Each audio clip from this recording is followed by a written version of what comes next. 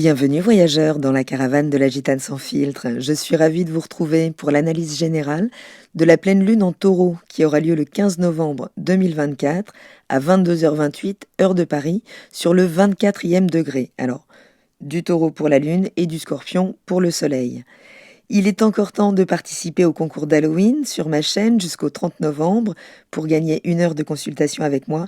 Je suis ravie de voir autant de participants et je m'engage à faire ce concours régulièrement. Et si vous n'êtes pas encore inscrit, eh bien je vous invite à vous rendre dans la barre de description où vous trouverez le lien direct. Comment ça va, chers voyageurs, dans cette période intense, Alors, sachez que là, si vous vivez des moments chaotiques, si vraiment vous vous sentez bousculé, chahuté, vous n'êtes pas seul. Nous faisons partie d'un collectif en mouvement dans lequel chacun d'entre nous a le sien propre de mouvement, mais à l'intérieur d'un mouvement plus global d'évolution, ou en tout cas de fin d'involution. Et cette période-là, elle va nous parler de cela, d'un rapport de force intense entre notre conscience qui vient dépoussiérer nos vieux systèmes, nos émotions, qui viennent nous challenger, mais plutôt en nous ramenant vers l'arrière, d'où les multiples tensions, ressenties individuellement et collectivement, socialement aussi beaucoup.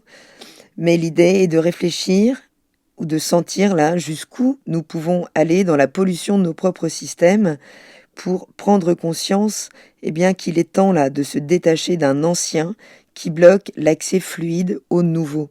Donc la peur s'infiltre partout pendant cette période du scorpion, mais il devient difficile de faire l'autruche. L'opacité des systèmes se révèle, toutes les structures établies perdent de leur superbe, on le voit. Le collectif arrive au bout de ses propres systèmes de tolérance, de frustration, de sacrifice. On sent que les étaux se resserrent, les frontières se dressent à nouveau, que ce soit entre les nations ou entre les individus, même au cœur des familles. Il est toujours intéressant de remettre les dynamiques individuelles et collectives en perspective, même si nous ne sommes pas régis par les mêmes lois. Ce sera peut-être l'occasion d'une autre capsule. Je vais essayer de ne pas faire trop long, de ne pas trop digresser, mais il est vraiment important, pendant cette période, d'affronter ce à quoi nous confrontent nos émotions, puisqu'elles vont être secouées une fois encore, on va le voir, mais de comprendre que personne n'est puni et que notre espèce, l'humanité, n'est pas aboutie en l'état, qu'elle doit évoluer, qu'elle doit se réapproprier sa liberté de penser. Merci Pluton en Verseau. Je vous affiche d'ailleurs le lien de la longue vidéo que j'ai postée sur ce transit qui va durer 20 ans. Donc vous avez le temps de comprendre ce long processus qui ne laissera pas nos idéaux collectifs intacts. Donc, cette pleine lune. Alors tout d'abord, avant de m'imprégner d'une carte astrologique, je vais d'abord observer quel est l'arcane du tarot qui se relie à cette date. Alors si vous croyez au hasard, grand bien vous fasse, c'est une croyance comme une autre, mais vous avez dû vous perdre en chemin pour vous retrouver dans ma caravane. Et en tout cas, avant de partir, sachez que j'adorerais vivre dans votre monde. Mais ici, vous allez le voir, il n'est toujours pas question de hasard, en tout cas, puisque si l'on additionne les chiffres de la date de ce 15 novembre 2024, on obtient l'arcane 16 du tarot, la Maison Dieu. C'est pas la plus simple, Si vous connaissez un peu le tarot, votre épine dorsale s'est allumée ça a pu se dresser. C'est l'arcane, c'est l'énergie du recadrage, mais par l'extérieur. Donc la question, c'est à quel point nous sommes-nous éloignés de notre rectitude, puisque le recadrage, se fera en fonction, évidemment. Et ce recadrage, il va être très net dans cette opposition Soleil-Lune, dans cet axe, qui est de toute façon un moment d'objectivité, sans doute le plus complexe de l'année, déjà par défaut. Mais là, on va le voir, il est accompagné par la planète Uranus, l'agitateur, qui va être conjoint à la Lune, nos émotions, pour faire face à notre conscience en Scorpion, comme une espèce d'éclair de lucidité forcée. Donc avec la tour, avec la Maison Dieu, on ne peut plus voir les choses comme on les voyait jusque-là. On est contraint à ce réalignement au mieux de notre point de vue. Le réalignement se fait évidemment plus ou moins brutalement. Donc tout dépendra de ce que ces points-là, au 24e degré, que ce soit du taureau, du scorpion, du lion ou du verseau, qui seront pleinement concernés, tous ceux qui auront des points connectés à ces degrés pourraient vivre un vrai électrochoc. Donc oui, attention à la foudre. elle secoue, mais elle réaligne. Donc ça peut être un coup de foudre amoureux aussi, hein, ou une situation financière ou matérielle qui vient s'inverser, peut-être à votre avantage. Ne cédez pas à la peur, ne polarisez pas les choses, soyez juste présent à ce que vos émotions manifestent, puisque elles auront vraiment besoin de votre conscience, et de votre conscience transparente, dépouillée de l'ego qui s'accroche à l'ancien, puisque il faudra la mettre vraiment la pleine conscience sur ce qui doit être transformé ou dissous pour maintenir notre sécurité matérielle dans tout ce qu'elle peut impliquer. Donc cette pleine lune, c'est bien le grand face-à-face entre les profondeurs du soleil en scorpion, cette espèce de regard laser vers les énergies psychiques, là, nos profondeurs, mais les profondeurs de l'autre aussi, ou de la situation, ce qu'il y a derrière en coulisses, et en face la stabilité de la lune en taureau qui, elle, vient nourrir ses besoins de sécuriser ses avoirs. Donc le taureau adore son confort, tandis que le scorpion est là pour tout déstabiliser. Et comme si ça ne suffisait pas, hein, on a des aspects donc qui vont venir pimenter tout ça, histoire de bien nous secouer encore une fois là dans cette période de purge, hein, on va pas se le cacher, régie par Pluton pour notre conscience, qui prend un peu cher ce mois-ci pour beaucoup là d'entre nous, mais qui vient purger tout ce qui implique Vénus et doublement là la Lune hein, qui est très très importante, très puissante en Taureau, donc qui parle de nos émotions, de nos sentiments avec Vénus et de nos valeurs. Donc voilà un petit peu les grandes thématiques de cette période-là qui continue d'aller au fond, mais cette période de pleine lune, c'est toujours un moment d'apogée, vraiment de mise en lumière des choses. On est au paroxysme là, on est mis face à la réalité qu'on se doit d'accepter, puisqu'à partir de là, il faudra se détacher de certaines choses pour aller au bout du processus. Ce soleil en Scorpion, il est en aspect favorable à Neptune qui est rétrograde en Poisson. On va commencer par là. Donc le soleil en Scorpion, déjà plongé dans ses explorations profondes, il reçoit comme un coup de pouce de Neptune qui rétrograde donc toujours en Poisson. Et là, eh bien, les illusions, les voiles se lèvent, les illusions s'effondrent. Ce trigone, il vient adoucir la radicalité du Scorpion et son regard laser en lui offrant une touche de sensibilité, peut-être une approche plus spirituelle, plus empathique des choses. Mais Neptune en rétrogradation, c'est toujours un moment pour se détacher donc de certains rêves qu'on pouvait nourrir jusque-là, mais qui ne sont plus viables, qui ne pourront pas s'incarner dans la matière. Donc exit les illusions, la vérité se dévoile, continue de se mettre à nu. Donc la lune en taureau, elle, qui aime bien sa petite routine, bon bah là, ça va être compliqué de se détendre, parce qu'Uranus rétrograde arrive pour tout secouer. Donc non, ce ne sera pas une période tranquille. Avec Uranus, c'est toujours la surprise. Elle est là, cette maison Dieu, cette foudre, cet éclair qui arrive de l'extérieur pour nous secouer et nous réaligner, nous libérer de certains systèmes qui nous maintiennent sous leur emprise. Eh bien, c'est Uranus. Donc, oui, on peut s'attendre à des changements inattendus qui nous poussent à sortir de notre zone de confort, même si on s'accroche, là, avec cette lune en taureau, à nos habitudes. Donc, heureusement que ce bon aspect-là à Neptune rétrograde, puisqu'elle est sextile, donc dans un aspect très dynamique, à Neptune rétrograde, pour ramener plus de douceur et finalement sauver peut-être une part de nos idéaux dans l'histoire. Donc il y a l'idée de, bon, on respire, ça va bien se passer, même si tout explose en apparence, c'est pour réharmoniser les choses en arrière-plan. L'opposition, donc Soleil-Lune, eh bien, c'est un combat entre sécurité d'un côté, Lune en taureau, et transformation requise, Soleil en Scorpion. Mais avec Neptune et Uranus dans la partie, ça s'intensifie forcément, ça va impliquer le collectif aussi, mais je ne vais pas trop m'étendre dessus ici, hein, même si la stimulation de Neptune, on l'a vu, c'est aussi les grandes eaux qui débarquent. Avec Uranus en taureau, on a vu ce que ça pouvait causer comme débordement, là, dans beaucoup de zones géographiques, c'est quand même beaucoup d'instabilité par l'eau quand même. Hein.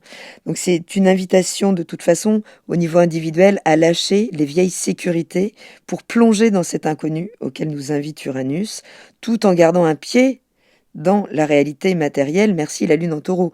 Bon, maintenant, un plus gros morceau, hein, puisque Les maîtres des luminaires, donc Pluton qui maîtrise le Soleil en Scorpion et Vénus qui maîtrise la Lune en Taureau, sont challengés, évidemment, sinon c'est pas drôle. Donc ça peut donner lieu à des formes de tension karmique, clairement, bien sentie même, puisque Pluton qui arrive vraiment en fin de cycle, là où il a raboté, dissous les vieilles structures établies avec tout son transit en Capricorne, et il est vraiment sur la fin, il est très puissant là, pour venir dissoudre les dernières structures patriarcales, aussi tout ce qui est vraiment installé et trop rigide, et qui arrive en fin de cycle, et Vénus, qui, elle, fait la belle, mais au carré des nœuds lunaires. Alors, on est toujours sur quelque chose de lourd en termes d'évolution personnelle et collective dans ces aspects. Donc Pluton au 29e degré du Capricorne, sur le point de finir son travail de destruction, reconstruction des vieilles structures. C'est une forme de paroxysme avant la Renaissance. Donc il est en opposition à Mars en Lion, et même si l'opposition est dite séparante, elle se défait, les tensions restent palpables. Mars en Lion, il veut agir avec éclat, il a repris plus de sécurité, il est moins dans les angoisses du cancer, dans la fragilité du cancer, mais Pluton vient lui rappeler que sans une vraie transformation profonde, eh bien tout ce clinquant-là ne tiendra pas. Et d'ailleurs, Mars rétrogradera en Cancer, il viendra à nouveau agiter là ce qui n'a pas été complètement travaillé. Donc heureusement, cette opposition, elle s'atténue, on souffle un peu, mais elle se maintient quand même en arrière-plan puisque elle sera ressollicitée. Et Vénus en Capricorne, elle est en aspect de quinconce, un aspect moins connu. En aspect de quinconce à Mars, donc en Lion, et elle forme un carré au nœud lunaire, surtout on va le voir au nœud nord. Donc Vénus en Capricorne, elle fait pas dans la dentelle, c'est pas la plus démonstrative, elle est en contact avec la réalité, elle est capable de faire avec ce qu'elle a, de tenir les comptes, de purger son apparence, mais comme elle est en prise à ce quinconce de Mars en Lion, autant dire que la relation entre ce qu'on veut vraiment, ce qui nous met en mouvement, nos sentiments, ce qui nous stimule et la manière dont on agit est loin d'être fluide. Donc c'est une forme de guerre froide entre désir de sécurité matérielle, de stabilité et envie de briller avec nos actions ou nos réactions. Attention, au coup d'éclat, toujours avec Mars en Lion. Donc Vénus est carré, je le disais, au nœud lunaire, mais surtout au nœud nord, puisque ce carré, il est appliquant, il est en train de se former, ce qui vient rajouter ici un défi karmique, toujours avec les nœuds. Donc tout ce que l'on évite est en train de nous rattraper. Donc il va falloir faire là des choix qui peuvent être cruciaux entre rester dans cette zone de confort ou évoluer, mais il y aura clairement des valeurs là ou des émotions qu'il faudra laisser derrière nous, et on y sera contraint. C'est vraiment le nœud nord là qui va dominer la direction de cette période. Donc cette pleine lune, c'est vraiment un carrefour où Pluton et Vénus se disputent un petit peu la direction à suivre. Ce carré, il nous force vraiment à faire des choix qui seront pas forcément agréables, mais absolument nécessaires là pour notre évolution. Donc, et pour peut-être remettre les choses à jour. Il y a une forme de reset aussi qui peut se faire. Donc Vénus et Pluton, chacun dans leur coin, chacune dans leur coin, chaque astre ou chaque planète nous pousse à lâcher ce qui ne fonctionne plus, que ce soit des relations, des structures de pouvoir ou même des croyances erronées sur ce que l'on mérite ou sur ce que l'on vaut. Donc le tout est sous tension avec Mars, action, réaction, colère, courage, attention, qui nous rappelle que rien ne viendra sans un minimum d'effort et de courage, justement. Sacré programme, n'est-ce pas ? On est sur une pleine lune qui vient secouer en profondeur nos désirs, nos besoins de stabilité, en nous forçant à voir que le changement est inévitable. Et Pluton et Vénus sont sous pression, donc à un moment vraiment charnière où les choix qu'on fait ont des répercussions profondes là sur la direction à venir. Donc préparez-vous à lâcher ce qui vous freine, même si c'est un peu difficile, parce que cette pleine lune, elle ne fera pas de quartier au niveau de nos résistances. Je vous propose de prendre vos agendas si vous souhaitez noter un petit peu les dates clés, puisque j'irai plus rapidement sur les horoscopes individuels, parce que je pourrais aller à l'essentiel, bien aidé par Pluton. Donc le 16 novembre, la Lune, elle entre dans l'énergie du Gémeaux, elle active Mercure dans l'énergie du Sagittaire, opposée à Jupiter, rétrograde en Gémeaux. La Lune en Gémeaux, elle fait bouger les choses. Elle active l'envie de communiquer, de partager des idées, peut-être de contractualiser certains engagements, mais elle vient se heurter là, donc à Mercure en Sagittaire, qui veut tout comprendre, peut-être à grande échelle, hein, mais heurté aussi à Jupiter qui rétrograde en Gémeaux et qui insiste pour revenir sur les détails, toujours plus. Donc on est en plein débat là. Chacun veut imposer sa vision des choses. Donc entre la grande expansion à laquelle aspire Mercure en Sagittaire et l'analyse précise qui doit se faire en Gémeaux. Donc ce sera pas évident de trouver un terrain d'entente, il peut y avoir des discussions tendues, des malentendus, peut-être des disputes sur le terrain intellectuel, mais chacun essaiera de convaincre l'autre sans vraiment l'écouter. Donc attendez-vous à des débats où tout le monde parle en même temps, ça peut être un peu compliqué de se faire comprendre ce jour-là, donc prenez le temps d'écouter, même si vous avez l'impression que tout le monde parle trop, à tout va. Si vous restez dans le débat pour le débat, vous ne ferez que perdre de l'énergie, d'accord? Il y a un compromis à trouver entre l'envie de tout dire et le besoin de tout comprendre. Le 18 novembre, la Lune entre dans l'énergie du Cancer. Elle vient suractiver la Lune, opposée à Vénus en Capricorne, tout quinconce à Pluton dans la matinée. Vigilance, il y a un truc qui peut nous mettre assez mal à l'aise puisque la Lune en Cancer, c'est toujours un retour aux émotions profondes, à l'enfance, aux besoins de sécurité, à la protection du foyer, à l'intime. Mais là, elle est en position d'opposition à Vénus, qui cherche avant tout la stabilité matérielle, la sécurité et l'efficacité. Des preuves, en fait, par les faits. Là, il y a plus de quartier, il n'y a plus de grands rêves, il y a des actes. Donc, résultat, ça peut donner des conflits entre les besoins émotionnels et les responsabilités matérielles. Donc si vous pensiez vous replier dans votre cocon, Vénus va vous rappeler qu'il y a des obligations qui vous demandent là d'agir en toute maturité, en toute responsabilité. Donc attendez-vous à des tensions peut-être entre la maison, le travail, les aspirations en lien avec vos ambitions et votre envie, votre besoin peut-être de vous reposer là sur des proches. Mais voilà, vous serez ramené à la nécessité de gérer des trucs plus pragmatiques. Ça peut être quelque chose de difficile à gérer entre les émotions et la réalité concrète, quoi. Ne vous laissez pas déborder, essayez de concilier ce besoin de confort et la gestion des responsabilités qui vous appellent ou qui vous rappellent. L'équilibre sera pas simple, mais c'est possible. Prenez soin de vous. Tout en gérant vos obligations, c'est possible. Le 20 novembre, la Lune entre en Lion, elle active le Soleil, donc toujours en Scorpion, en opposition à Pluton qui entre en Verseau.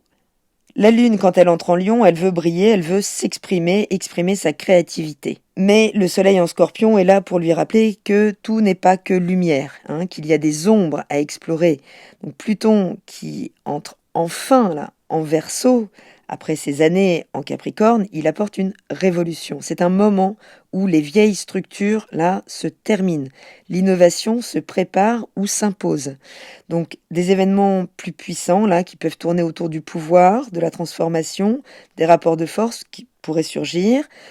Pluton arrive en Verseau, c'est l'ère de la remise en question. Je vous invite vraiment à aller voir cette capsule que j'ai mise en ligne sur ma chaîne, puisque il va y avoir des grands remous, hein. L'arrivée dans un signe, c'est toujours l'occasion vraiment de grands chamboulements. Donc, mieux vaut accepter ce changement, même s'il fait peur, puisqu'on n'aura pas vraiment le choix. Il y aura de la destruction pour faire place neuve à la reconstruction. Donc, plus vous résisterez, plus vous risquez de vous mettre en souffrance, en tension, plus que ce sera nécessaire, en fait. Il s'agira vraiment là d'embrasser la nouveauté, qui peut essayer peut-être de forcer l'accès, mais les vieilles structures doivent être laissées derrière. Le 22 novembre, la Lune entre dans l'énergie de la Vierge, active Mercure en Sagittaire. Cette Lune en Vierge, elle est là pour tout réorganiser, tout structurer, elle vient remettre de l'ordre, se purifier aussi. Mais Mercure en Sagittaire, lui, il rêve grand, il veut explorer là. Il veut sortir de sa zone de confort sans se soucier des détails. Donc ça peut créer un décalage, un tiraillement entre la nécessité de mettre les choses en ordre, dans le détail, et l'envie d'élargir ses horizons sans s'encombrer justement de ce rapport assez bas au détail justement, mais on va y être amené à ces détails, puisque sinon ça pourra créer des tensions, et des tensions surtout quand Jupiter reprendra sa marche directe, hein, où on paiera l'addition du manque d'attention qu'on aura placé pendant cette période. Donc si vous voulez aller loin, ok, mais ce sera important de réaliser que tout n'est pas encore prêt et qu'il y a des ajustements à faire.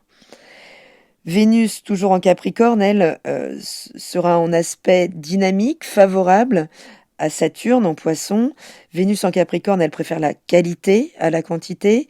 Saturne en Poisson, il invite à la bienveillance, à l'empathie, tout en mettant des limites quand même. Donc les engagements, qu'ils soient amoureux, amicaux ou en termes de valeurs, d'engagement peut-être matériel, pourraient là se consolider avec une compréhension plus réaliste des besoins de chacun et peut-être, oui, plus d'empathie, il y a quelque chose qui se réouvre là et qui peut faciliter les choses.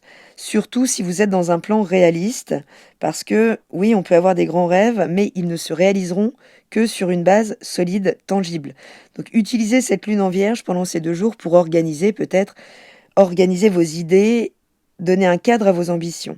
Le 25 novembre, la Lune entre en Balance et active Vénus en Capricorne carré à Vesta, Lilith en Balance. Entre-temps, le Soleil est passé en Sagittaire, où là, il s'ouvre aussi à sortir de ses zones de confort. Il veut vraiment élargir ses horizons. C'est un moment où notre conscience globale veut élever le débat, veut remettre du sens derrière ce qu'elle expérimente.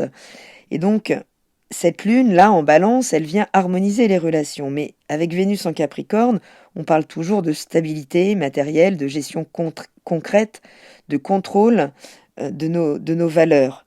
Donc là, cette lune, elle vient se heurter à Vesta, hein. Vesta qui vient s'engager avec toute sa pureté, là, dans la relation ou dans la séparation aussi, peut-être, puisque la balance, c'est l'un ou c'est l'autre. Donc surtout si vous êtes en lien avec la justice. Mais Lilith est également en balance, donc il peut y avoir là vraiment des tensions profondes, des choses d'ordre karmique aussi, hein, entre ce que l'on souhaite vraiment, ce désir d'harmonie, d'équilibre, et ce que la réalité nous impose de manière pragmatique.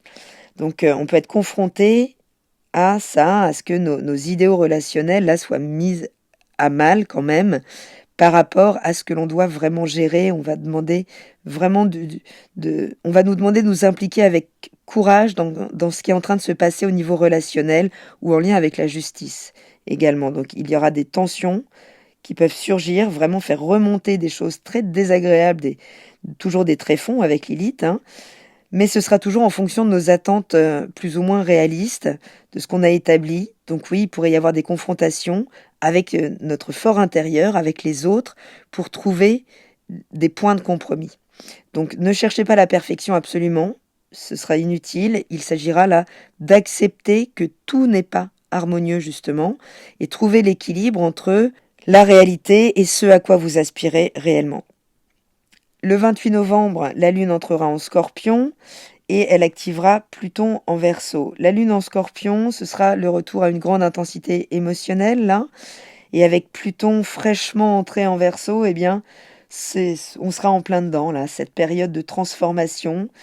Et ce sera en contact avec nos émotions. Donc là, on aura vraiment la piqûre de rappel, peut-être des ombres, que nous devrons affronter, mais cette fois sous l'œil du Verseau. Donc ce sera pour nous libérer de manière assez radicale. Les transformations émotionnelles intenses seront au programme, des révélations peut-être profondes, des vérités cachées qui remontent à la surface. Ça peut secouer, ça va secouer, mais c'est pour toujours nous libérer de quelque chose. Donc affrontons nos peurs individuellement, collectivement, affrontons ces zones d'ombre sans détour, puisque la Lune en Scorpion, Pluton en Verseau, là, nous amène vraiment à nous libérer de tout ce qui nous freine. Donc ne résistez pas, lâchez prise, accueillez la transformation. Le 30 novembre, la Lune entrera en Sagittaire, où elle rejoindra le Soleil. Tout ça activera Jupiter rétrograde en Gémeaux, opposé à Mercure.